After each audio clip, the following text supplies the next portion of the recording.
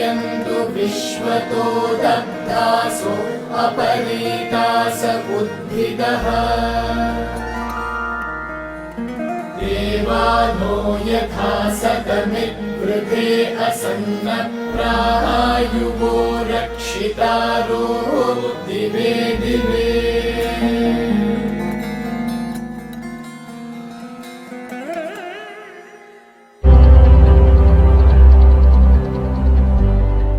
శ్రీ ప్రీతాజీ, శ్రీ కృష్ణాజీ పేరుగాంచిన ఆధ్యాత్మిక తత్వవేత్తలు, సిద్ధయోగులు. వారు సృష్టించిన ఏక మహాక్షేత్రానికి ప్రఖ్యాతిగాంచిన నాయకులు ఎందరో జ్ఞానం కోసం, ధ్యానం కోసం వస్తూ ఉంటారు. ప్రపంచవ్యాప్తంగా వారి కేంద్రాలు సుమారు 100 దేశాలలో వ్యాపించి ఉన్నాయి.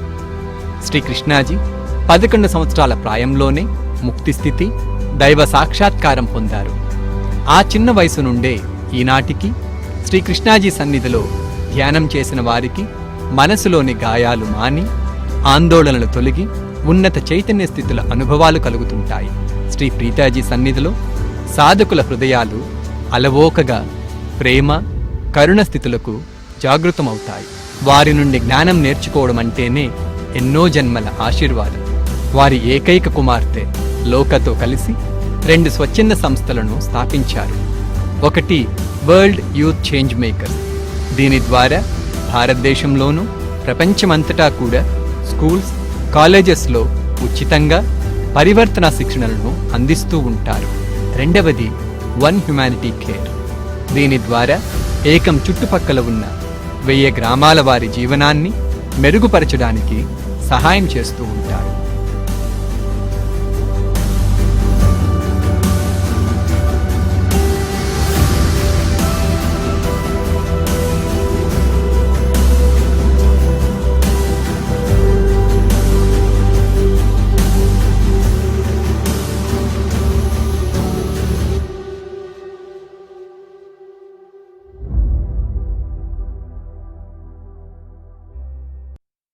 Namaste.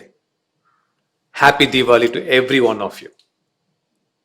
Hindu festivals serve a dual purpose. Firstly, they bring families and friends and communities together in a celebration.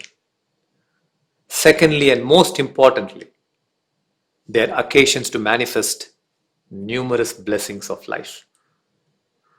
Diwali is a festival designed to manifest wealth.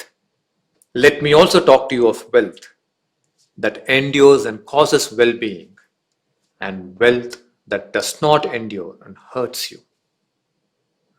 So are you keen on learning how to manifest noble and enduring wealth? There are 3 states of mind from which you can create wealth.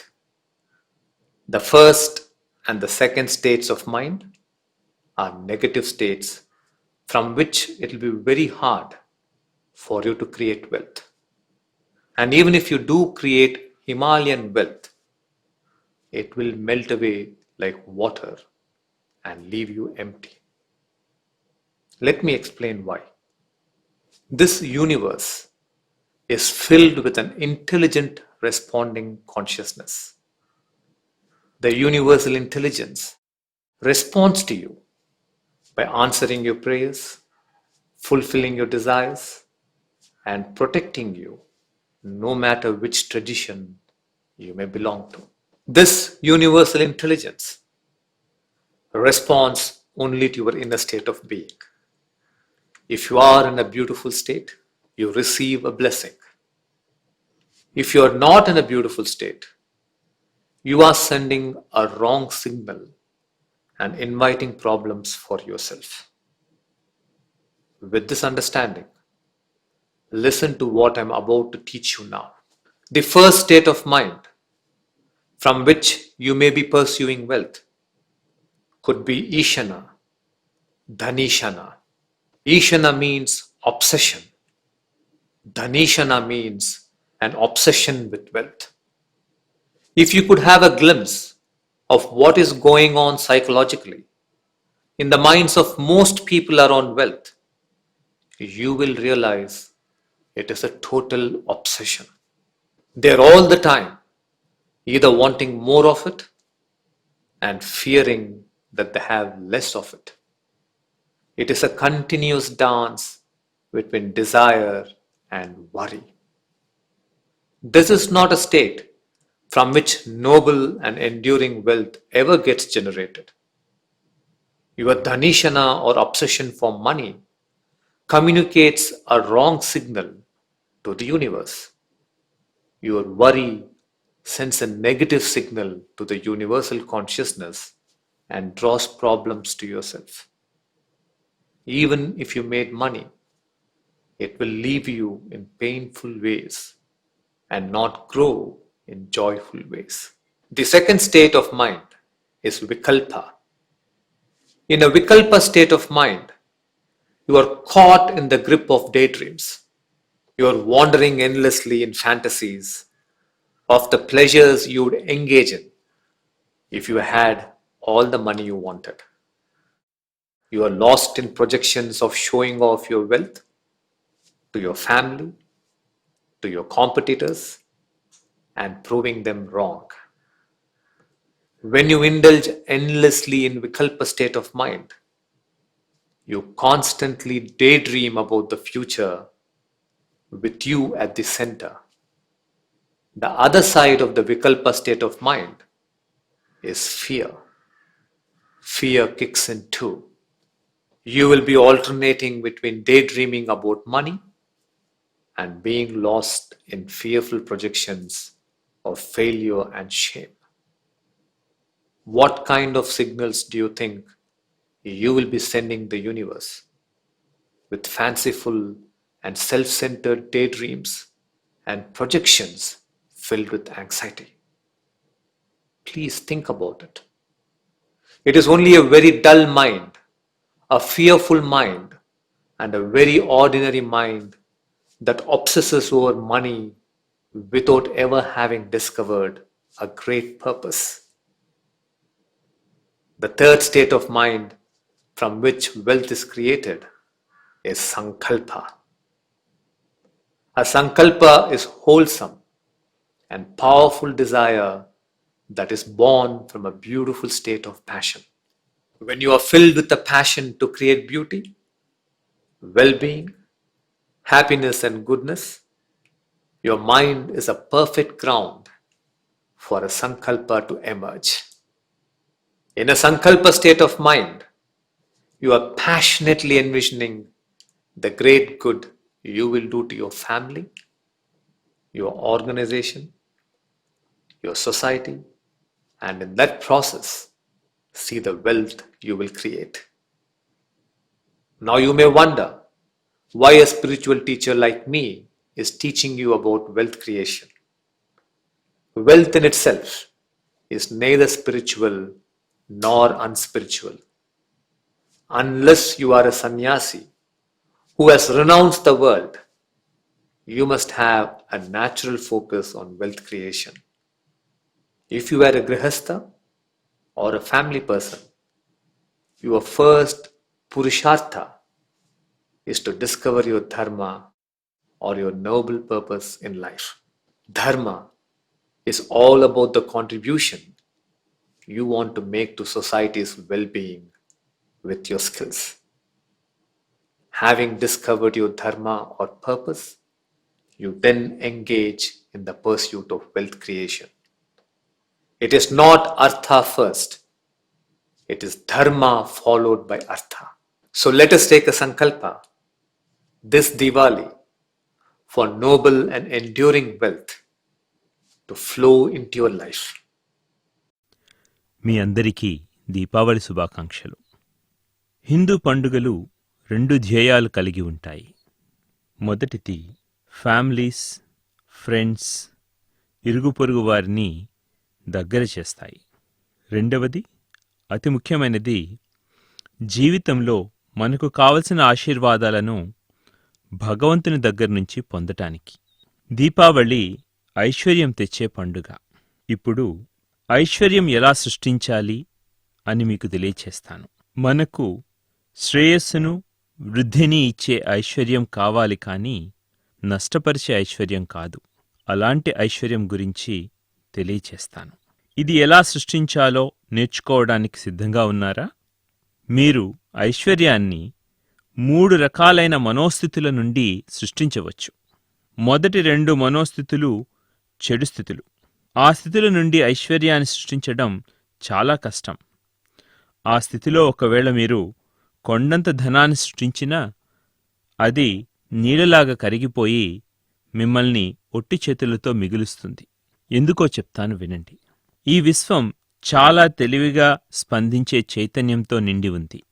విశ్వ చైతన్యం మీ ప్రార్థనలను సమాధానంగా, మీ కోరికలను నెరవేర్చడం ద్వారా, మీరు ఏ సాంప్రదాయానికి చెందినవారైనా మిమ్మల్ని అనుక్షణం కాపాడడం ద్వారా మీకు స్పందిస్తుంది. ఈ విశ్వ చైతన్యం ఆనవాయితీగా మీరు చేసే ప్రార్థనలకు స్పందించదు.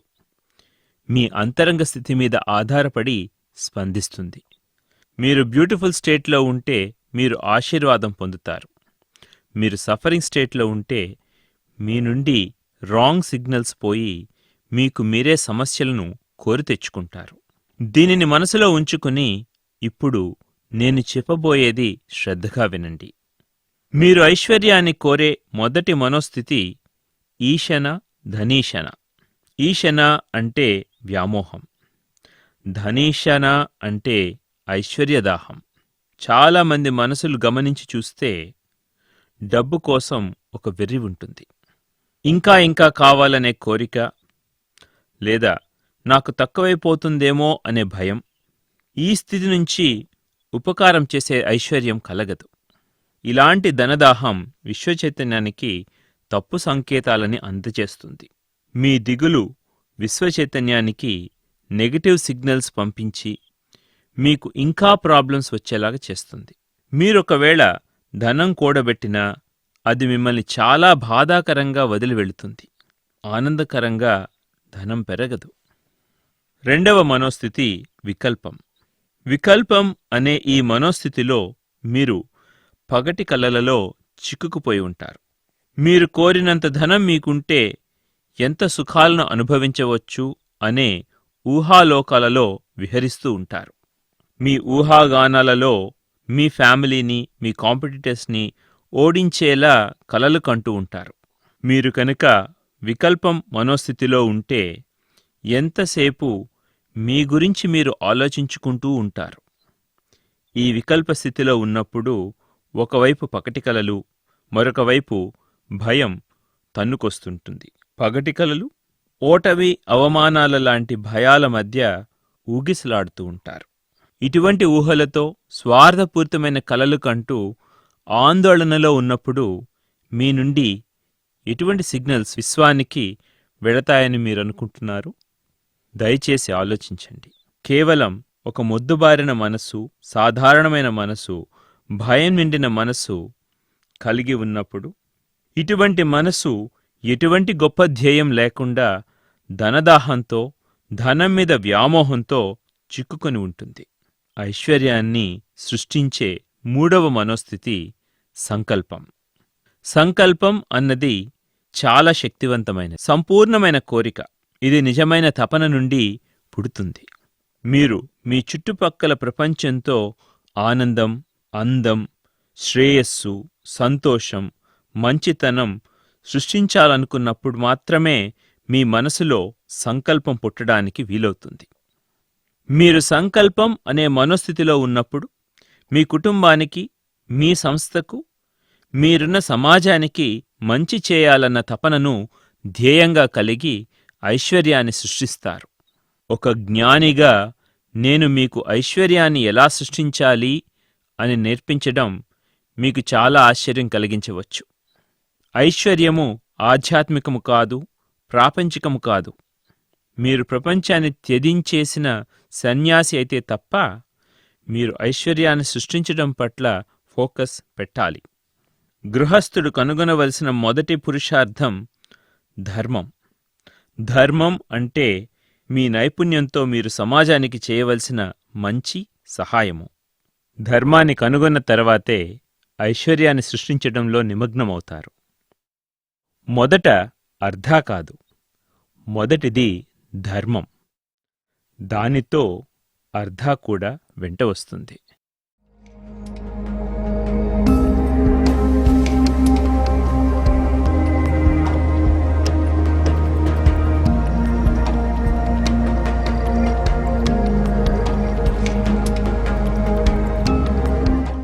నమస్తే. మీ కన్నులు ఆపకుండా ఏకం మూల విగ్రహం హిరణ్య గర్భాన్ని తదేకంగా చూడండి. ఏకంలో ఉన్న శ్రీ రూపం హిరణ్య గర్భాలోనికి చాలా పవర్ఫుల్గా భగవంతుడిని ఆవాహన జరిగి ఉంది. ఆ శ్రీ రూపంపై ధ్యానం చేసినప్పుడు మీరు భగవంతుడి శక్తిని అనుభవిస్తారు.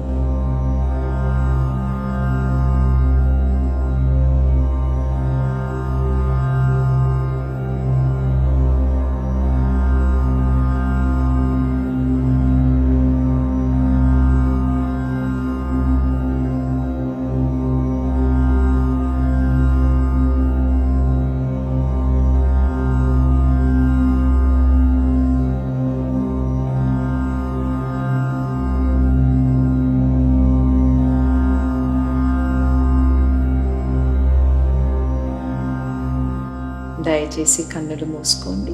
మీరు మీ ఫ్యామిలీకి, ఆర్గనైజేషన్కి, సొసైటీకి, మీ ప్రొఫెషన్ లేదా బిజినెస్తో ఎలా మంచి చేయాలనుకుంటున్నారని ఫీల్ చేయండి.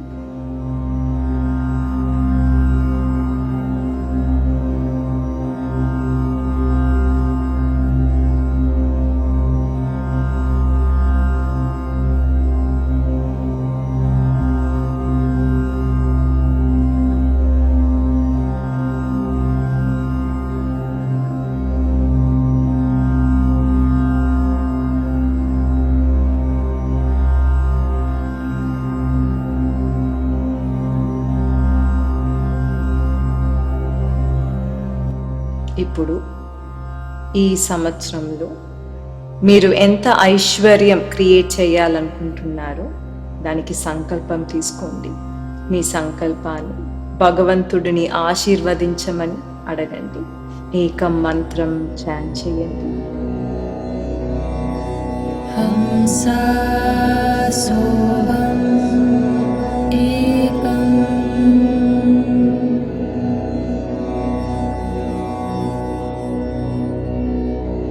హంసా సోహం ఏకం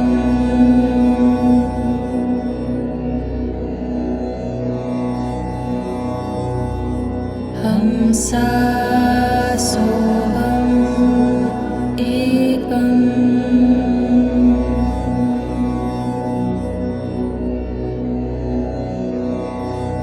హంసా సోహం ఏకం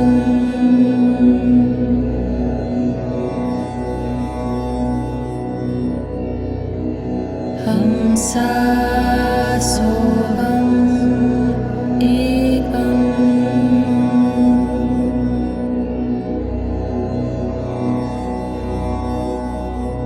హంసా సోహం ఏకం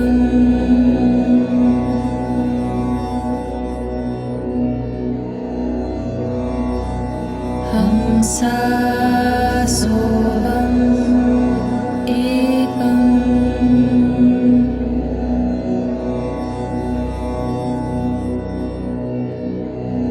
హంసా సోహం ఏకం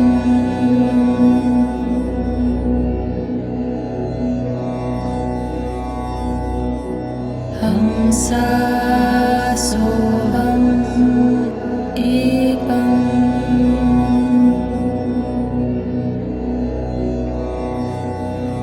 భగవంతుడికి కృతజ్ఞతలు చెప్పి కన్నులు తెరవండి. నమస్తే.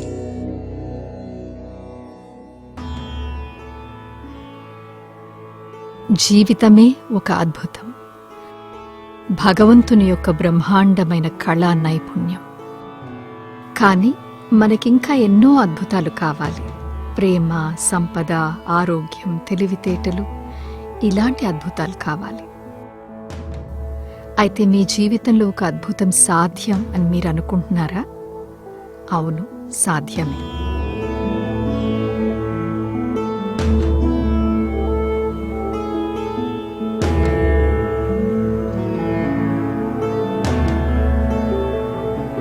నేను చేసే ప్రక్రియలలో ఎన్నో ఏళ్లుగా వైద్యశాస్త్రం ప్రకారం గర్భధారణ వీలు కాదని తేల్చి చెప్పిన వారికి కూడా గర్భధారణ జరిగి ఆరోగ్యవంతమైన సంతానం కలగడం చూస్తున్నాను. ఎన్నో సంవత్సరాలుగా జబ్బు చేసి మంచాన ఉన్నవారు, డిప్రెషన్లో ఉన్నవారు ఉత్తేజంతో జీవం పోసుకోవడం చూస్తున్నాను.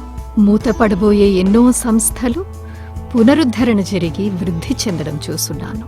ఎంతో మంది వ్యసనపరులు వారి హృదయాలను నయం చేసుకుని విముక్తులై ఈరోజు గొప్ప ధ్యేయంతో జీవిస్తున్న వారిని చూశాను. పోట్లాటలలో విడిపోయిన కుటుంబాలు ఒకరినొకరు క్షమ, కరుణ భావాలతో తిరిగి కలిసిన వారిని చూశాను. కొన్ని వందల వేల మంది జీవితాల్లో అన్ని రకాల అద్భుతాలు ప్రత్యక్షమవడం చూస్తున్నాను. మేనిఫెస్ట్లో ఏం జరుగుతుంది? మేనిఫెస్ట్ ప్రక్రియలో మీ అన్కాన్షియస్ మైండ్ నుంచి తరచూ పుట్టే ఆలోచనలు దాటి ఇంకా లోతుకు వెళతారు. మీ గత జన్మలు, మీ చిన్న వయసులో మీకు కలిగిన గాయాలు, మీ వినాశకర నమ్మకాలు, ధోరణులు, సమస్యలు దాగి ఉన్న అన్కాన్షియస్ మైండ్ యొక్క లోలోపల పొరలలోకి మిమ్మల్ని తీసుకువెళతాం. అందులో మీ అన్కాన్షియస్ మైండ్ ప్రక్షాళనమవుతుంది. మేనిఫెస్ట్ ఒక ప్రక్షాళన ప్రక్రియ. ప్రక్షాళన తరువాత మీ అచేతన మనస్సు నుండి విశ్వ ప్రజ్ఞ లేదా భగవంతుడికి చేరువవుతారు. ఈ క్షేత్రంలో పదార్థం ఎనర్జీగా ప్రవహిస్తుంది. ఇక్కడ పదార్థం యొక్క ఆకృతి మారుతూ ఉంటుంది. ఇది మహిమల క్షేత్రం. మిమ్మల్ని ఈ దైవీక ప్రక్రియలో తీసుకువెళ్ళినప్పుడు ఊహామాత్రంగా ఉన్న అద్భుతాలు వాస్తవాలుగా ప్రత్యక్షమవుతాయి.